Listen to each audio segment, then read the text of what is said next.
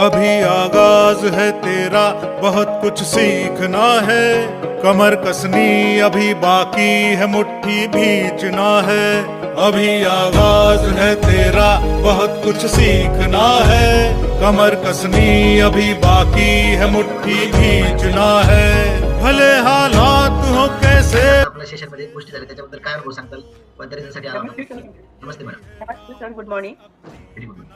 Sir, मला कम्युनिटीमध्ये येऊन 100 दिवस झालेले आहेत.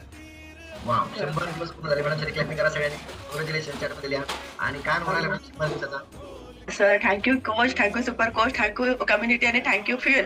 ह्या सगळ्यांना मी खूप आभारी आहे.